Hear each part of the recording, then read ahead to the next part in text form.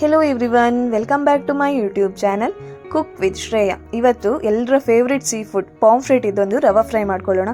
Simple ಆಗಿ ಮಾಡ್ಕೊಳ್ಬೋದು. ಮೊದಲಿಗೆ ವೈಟ್ ಪಾಂಫ್ರೆಟ್ ತೊಗೊಂಡಿದ್ದೀನಿ ನಾನಿಲ್ಲಿ. ಇವನ್ನು ಕ್ಲೀನ್ ಮಾಡ್ಕೊಂಡು ಬರೋಣ. ಇವಾಗ ಈ ಮೀನನ್ನು ಬೇಗನೆ ಕ್ಲೀನ್ ಮಾಡ್ಕೊಳ್ಬೋದು. ಒಂದು 2 ನಿಮಿಷದಲ್ಲಿ ಕ್ಲೀನ್ ಮಾಡಿ ಕಟ್ ಮಾಡಿ ಯೂಸ್ ಮಾಡ್ಕೊಳ್ಬೋದು. ಈ ರೀತಿ ಕಟ್ ಮಾಡ್ಕೊಳ್ಳೋಣ.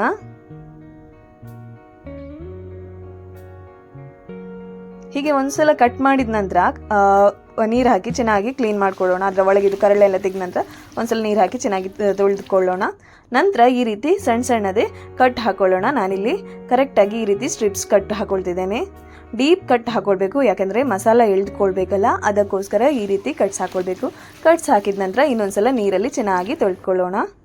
ಇವಾಗ ಮಸಾಲ ಪೇಸ್ಟ್ ಮಾಡಲಿಕ್ಕೆ ನಾನಿಲ್ಲಿ 2 table spoon red chilli powder, 1/2 table spoon jeera powder, 1/4 table spoon turmeric powder, ಉಪ್ಪು ರುಚಿಗೆ ಬೇಕಾದಷ್ಟು, 1/2 table spoon ginger garlic paste, ನಿಂಬೆಯ ರಸ 1 ನಿಂಬೆ ತಗೊಂಡಿದ್ದೆ ನಾನಿಲ್ಲಿ, 1 ಟೀ ಸ್ಪೂನ್ ಬ್ಲ್ಯಾಕ್ ಪೆಪ್ಪರ್ ಮತ್ತು ನೀರು ಹಾಕಿ ಚೆನ್ನಾಗಿ ಮಿಕ್ಸ್ ಮಾಡ್ಕೊಳ್ಳೋಣ.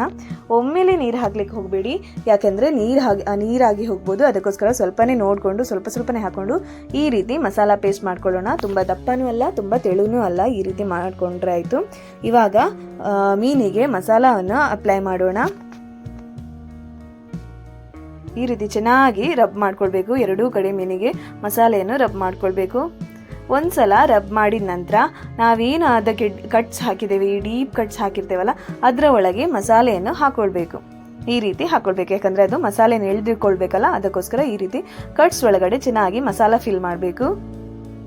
2 ಕಡೆ ಇದೇ ರೀತಿ ಮಸಾಲ ಫಿಲ್ ಮಾಡಿದ ನಂತರ ಅದರ ಹೊಟ್ಟೆ ಪೋರ್ಷನ್ ಏನಿದೆ ಒಳಗಡೆ, ಬಾಯಿಯಿಂದ ಒಳಗಡೆ, ಅಲ್ಲಿಗೂ ಕೂಡ ಮಸಾಲೆ ಹಾಕಿ ಚೆನ್ನಾಗಿ ಒಂದು 30 ನಿಮಿಷ ಹಾಗೆ ಇಟ್ಟು ಬಿಡಬೇಕು. ಆ ಮಸಾಲೆಯನ್ನು ಎಳೆದುಕೊಳ್ಳಿ. ಅದಕ್ಕೋಸ್ಕರ ಒಂದು 30 ಮಿನಿಟ್ಸ್ ಹಾಗೆಯೇ ಮ್ಯಾರಿನೇಷನ್ ಮಾಡಿ ಇಟ್ಟು ಬಿಡೋಣ.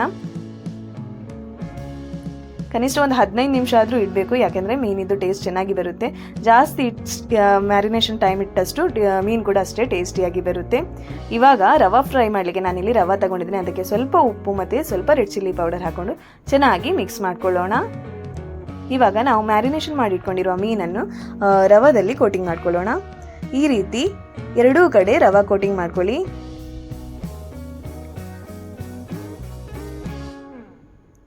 ಹೀಗೆ ಕೋಟಿಂಗ್ ಮಾಡಿಕೊಂಡು ಇವಾಗ ಪ್ಯಾನಿಗೆ ನಾನಿಲ್ಲಿ ಕೊಕೊನಟ್ ಆಯಿಲ್ ಯೂಸ್ ಮಾಡ್ತಿದ್ದೇನೆ. ಅಂದರೆ ನಾನು ಯೂಸ್ ಮಾಡಿದ ಕೊಕೊನಟ್ ಆಯಿಲ್ ಯೂಸ್ ಮಾಡ್ತಿದ್ದೇನೆ. ಆ ಎಣ್ಣೆ ಬಿಸಿ ಆದ ನಂತರ ಅದಕ್ಕೆ ಕರಿ ಲೀವ್ಸ್ ಹಾಕೊಳ್ಳೋಣ. ಕರಿ ಲೀವ್ಸ್ ಚೆನ್ನಾಗಿ ಫ್ರೈ ಆದ ನಂತರ ನಾವು ಮೀನು ಮ್ಯಾರಿನೇಷನ್ ಮಾಡಿಟ್ಕೊಂಡಿರುವ ಮೀನನ್ನು ಹಾಕೊಳ್ಳೋಣ. ಈ ರೀತಿ ಎಣ್ಣೆ ಕರೆಕ್ಟಾಗಿ ಹೊಂದಲಿ. ಈ ರೀತಿ ಹಾಕೊಂಡು ಇದರ ಮೇಲ್ಗಡೆಯಿಂದ ಸ್ವಲ್ಪ ಕರಿ ಲೀವ್ಸ್ ಹಾಕೊಳ್ತಿದ್ದೇನೆ ನಾನಿಲ್ಲಿ.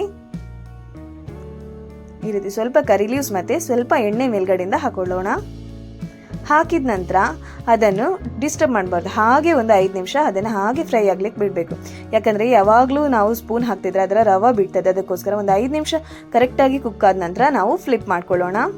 ನಾನಿಲ್ಲಿ ದೊಡ್ಡ ಮೀನಾಗಿರೋದ್ರಿಂದ ಇದನ್ನು 5 ನಿಮಿಷ ಈಚ್ ಸೈಡಲ್ಲಿ ಕುಕ್ ಮಾಡ್ತಿದ್ದೇನೆ. ಸಣ್ಣ ಮೀನಾದರೆ ಬೇಗನೆ ಕುಕ್ ಆಗುತ್ತೆ, ಒಂದು 2-3 ನಿಮಿಷದಲ್ಲಿ ಕುಕ್ ಆಗುತ್ತೆ.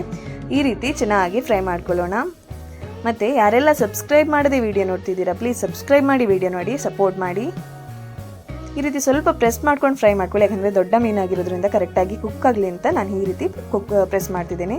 ಇವಾಗ ನಮ್ಮ ಪಾಂಫ್ರೆಟ್ ರವಾ ಫ್ರೈ ರೆಡಿಯಾಗಿದೆ. ಹೀಗೆ ಸಿಂಪಲಾಗಿ ಪ್ಲೇಟಿಂಗ್ ಮಾಡ್ಕೊಳ್ಳೋಣ. ಇದರ ಜೊತೆ 1-2 ಕುಕುಂಬರ್, 2 ಈರುಳ್ಳಿ ಮತ್ತು ಸ್ವಲ್ಪ ಲೈಮ್ ಹಾಕ್ಕೊಂಡು ಲೈಮನ್ನು ಸ್ಕ್ವೀಸ್ ಮಾಡಿ ತಿಂದರೆ ಆಹಾ ಏನು ರುಚಿ ಇರುತ್ತೆ ಗೊತ್ತಾ. ಹೋಟೆಲ್ ಸ್ಟೈಲಲ್ಲೇ ರವಾ ತುಂಬ ಕ್ರಿಸ್ಪಿಯಾಗಿ ಒಳಗಡೆಯಿಂದ ಸ್ಮೂತ್ ಫಿಶ್, ಇದು ಕರೆಕ್ಟಾಗಿ ಕುಕ್ ಆದ ಫಿಶ್ ತುಂಬ ಟೇಸ್ಟಿಯಾಗಿ ಬರುತ್ತೆ. ನೀವು ಕೂಡ ಟ್ರೈ ಮಾಡಿ ಮತ್ತು ಹೇಗಾಗಿದೆ ಅಂತ ಹೇಳಿ. Thank you for watching. Do like, share and subscribe to my YouTube channel. Thank you.